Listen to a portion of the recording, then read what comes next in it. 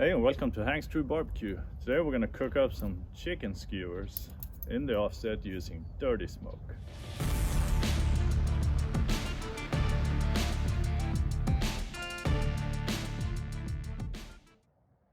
This will be interesting. I'm going to talk you through how to go the opposite way of actually utilizing dirty smoke, meaning bad can actually be good. I'm going to use oak wood in my custom built offset smoker, and also I have the PK grill, which is going to symbolize your traditional kettle, if you like, although I would say slightly better because it's cast aluminum.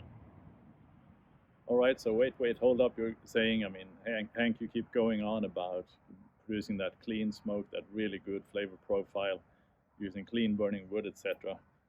Well, actually, there are degrees in hell, if you like, and the fact is we're going to do a chicken cook today using chicken skewers. We're going to prep the chicken real soon, but it's going to be a relatively quick cook, and in order to get enough smoke flavor into the meat for a quick cook, we're actually going to utilize dirty smoke a bit, and this is quite common. You may not even know about it, but if you've ever cooked on a kettle like Weber kettle, any other kettle, PK grill right here, the Kamado Joe, the Big Green Egg, the Primo, you are using dirty smoke. Let me explain. Actually, I'm not only going to explain, I'm going to show you. So we're going to light up a fire in the PK using really good quality charcoal and some chunks, wood chunks. We're also going to light this one up with the same charcoal as a starter coal bed, and then start adding wood splits, oak wood, which is my preferred choice, and I'm going to show you exactly how. So this is going to be good.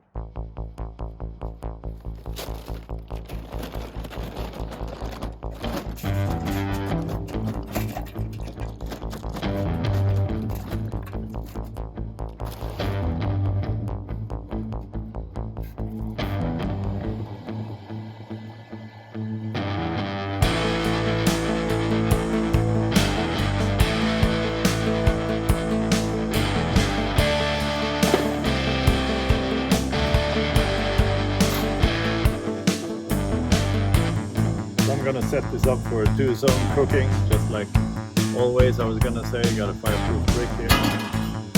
Time to drop in some charcoal and get this up to temp.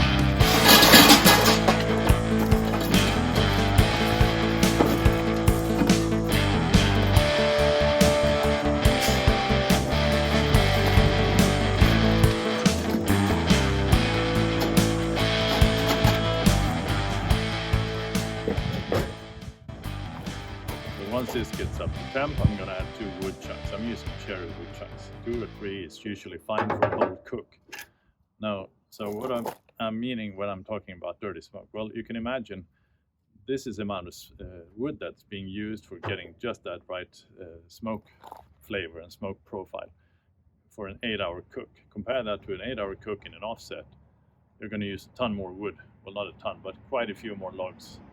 So how come the vast differences in amount of wood being used turn out to have more or less the same smoke flavor, smoke profile, in terms of quantity, too much or too little smoke? Well, obviously the question, or the answer to the question, is the difference in combustion temps. This is a smoldering fire, that's a clean burning fire. And when I say smoldering, I mean it's quite a smooth, just a few small fire, just a few charcoal or briquettes burning at the same time. Now, we couldn't have it done any other way, because if it was a big, like high heat burning fire, the temps would go off the charts. You couldn't do low and slow in a kettle, so that's not an option. So that's why I'm saying you're using dirty smoke, and I'm going to show you when I drop these in, because the reason is you can actually see the smoke, and even though you add smoke flavor without visible smoke, this is a good indication. The actual color is an indication of combustion temp, and that's what makes a big difference. This is soon up to temp. We're going to drop this in, and I'm going to show you, and then we're going to do the same thing on the offset. And also I'm going to show you how to get on purpose dirty smoke in an offset, which we're going to use for the chicken skewers, since it's a fast cook. Now, looking at the PK, you can see I got the vent settings like this. So this one's closed, that one's open, and the opposite on the bottom half. That means hot air comes up here over the food and then out. Now, if you're interested in different ways of doing a 2-zone setup for indirect heat in your kettle, for example, I did a video on that. I'll post a link up here. So this one's up and running. I'm feeling pretty good, so I'm gonna drop in the wood chunks.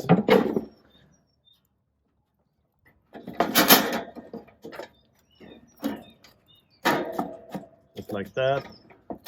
We're gonna leave them for a short while, but they should be starting to generate smoke quite quickly because we have a good temp in here. Just gonna close the lid for a few seconds. And like 10 seconds have passed, you can already see the smoke coming out here. That's good. Now this, folks, is what I call dirty smoke. And it's not like dirty, like completely bad, because if you look at it, you can see it, it's visible, quite thin, but still, it's not invisible, and that's the big difference. So this is good smoke, in a way. It's good dirty smoke, because you have clean enough combustion that it's going to add just the right amount of smoke flavor, but it's not low enough combustion temp, so it's going to generate that horrible rancid smoke flavor. And this is what I mean when I'm saying that if you're cooking in a kettle or a Kamado or this PK or all fine grills, this is the type of smoke you're generating. Now imagine, like I said, the amount of smoke being generated in here with 2 or 3 wood chunks compared to, I don't know, 20 or 30 logs when doing a long brisket cook. That tells you the difference is, like I said before, difference in combustion temp. So that one burns cleaner, and that means that even though it burns for a longer time, so that's why you can use so much wood in an offset and still not get all that overpowered smoke flavor. So now we're actually on purpose going to replicate this in the offset. Time to light that fire up.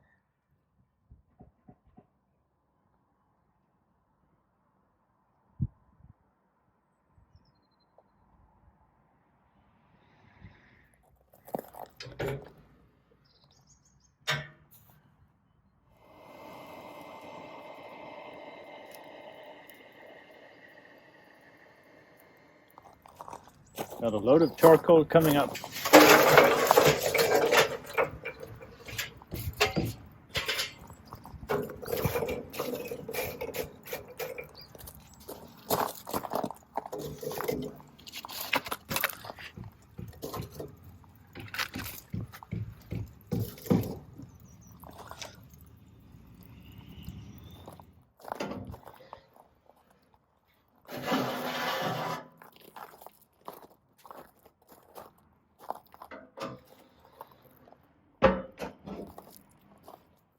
So while the smoker is getting up to temp, here I've got the chicken thighs, either deboned. I've cut them in half also to form, well, I was going to say bite size, but they're quite a bit bigger than that, either convenient size. I'm going to put this on a skewer, but first we're going to apply some good barbecue rub on these. I'm going to use my Hank's KC Royale pork and poultry. This is a good match for poultry in general. Now I've got a gloved hand and a clean hand, so I'm just going to touch the chicken with this. But we're going to get a good layer on there. I'm going to flip them over, get all sides covered, then thread them onto the skewer and get to smoking. I'm also going to show you the setup I use.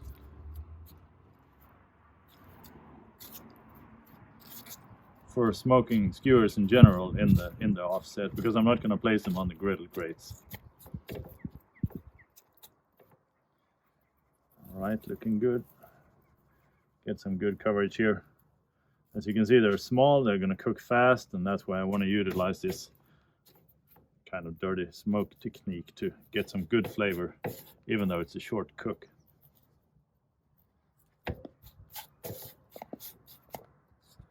Nice. Now using these flat skewers is good because that means when you turn the food it doesn't rotate.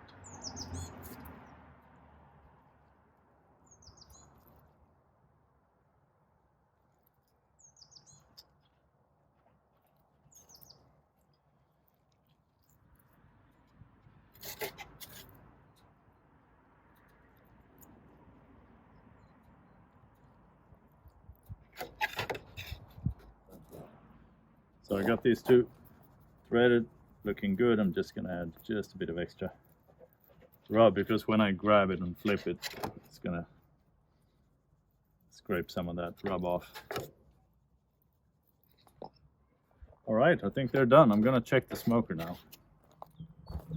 It's got a nice fire going. We're at 90 degrees Celsius. It's a bit too low. I'm going up to 140 Celsius. Now, this is skinless chicken, so I don't need to go crazy hot to get that crisp skin, but still, I'm gonna crank up the temp just a bit more.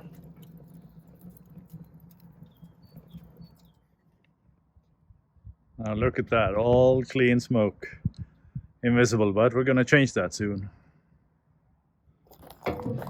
Now I did mention I'm not gonna put the skewers on the grates. Actually, I'm gonna get 2 of my oak wood logs in here, just like that. Now I can suspend the skewers right across here, so I get maximum airflow all around. More importantly, there's gonna be less cleanup for me, and that's always a good thing.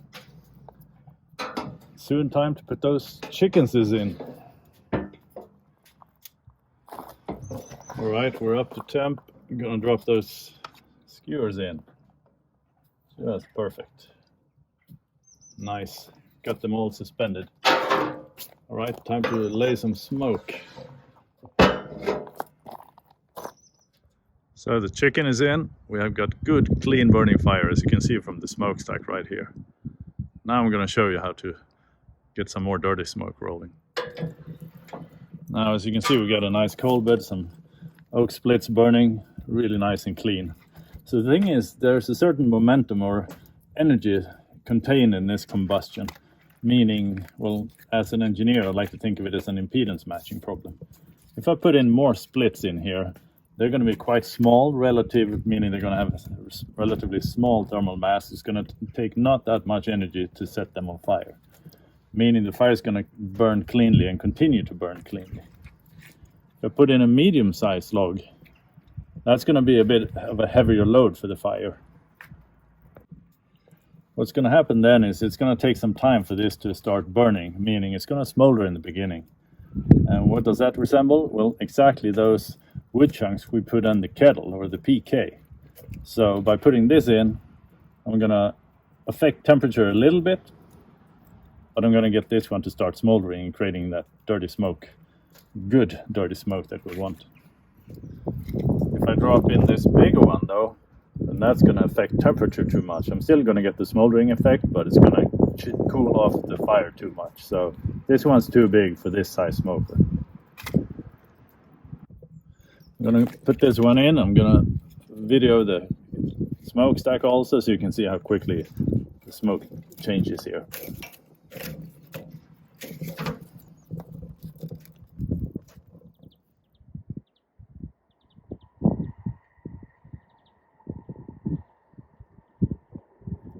So as you can see, that changed things around. Now, I don't want them to drop too much, so I'm going to add one of those thinner splits right here that I pre-warmed on top of the firebox to compensate just a bit for the temp drop. So I'm going to play with this again, and now you can see really what the pitmaster's job is, to get just the right size log at the right time to suspend the fire. Right, well, not suspend it, maintain it, and also get just that right smoke and flavor profile.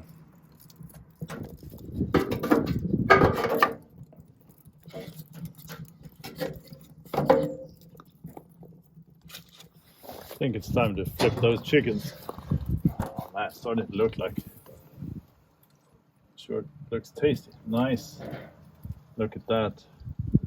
All right, this is going to be tasty. Got water in the water pan. Everything's just running smoothly at 140 Celsius. Just perfect. And push those in just a bit.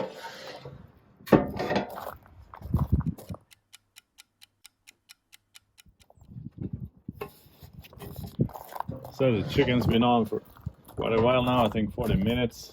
It's looking fantastic, so still dripping, juicy, which is really nice. Nice color from the smoke and hopefully some good flavor. We're gonna taste these.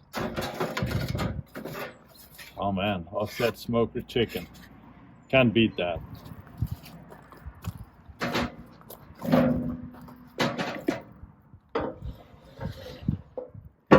So here we have them.